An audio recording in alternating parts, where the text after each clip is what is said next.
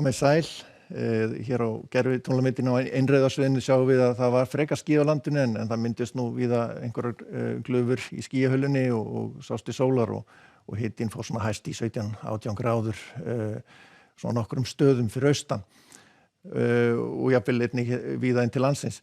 En það var lítil úrkoma, það voru svona aðalega skúrir hér á norðaustur hluta landsins, svona inn til landsins og mest úrkoma mældist á Nautabú eitthvað 1 millimetr. Og þetta þá staðan, við erum svona í svona vægum hæðarhrygg eða varla það og svona í milli kerfa má segja að gera lítið veður áfram næsta sólarhringinn og einhver laðbóla hér á leiðinni til Skotlands en annars lítið að frétta svona í kringum landið, svona lægðir að gerast hér við suðurodda Grænlands sem koma við sögu svo seinna í vikunni en það verður áfram frekar milt á landinu. Við sjáum það stutt í kaldara loft hér norður af landinu sem að kemur svona við sögu seinna í vikunni í lok vikunar.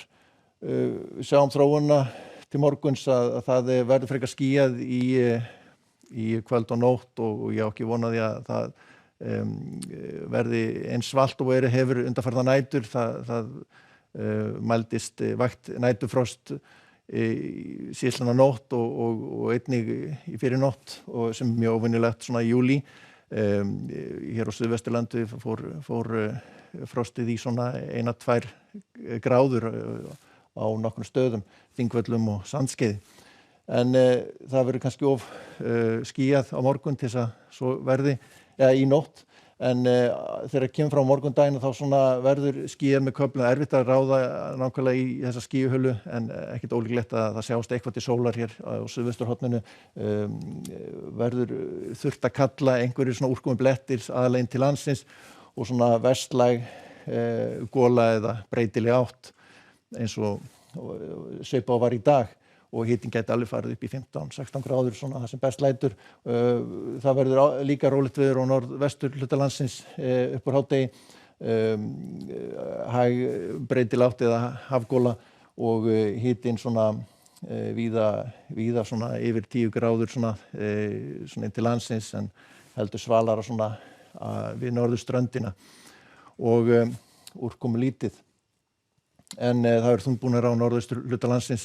Það verður einnig meira skúrum, síðdegisskúrum svona inn til landsins og en annars hæglætis veður og hitinn getur alveg farið eitthvað yfir 10 gráður svona yfir hádaginn en við sjáum Stókubakka hér sérstaklega við austurströndina og þar verður nokkuð svalt og á Austfjörðum einnig viðlóðandi þoka.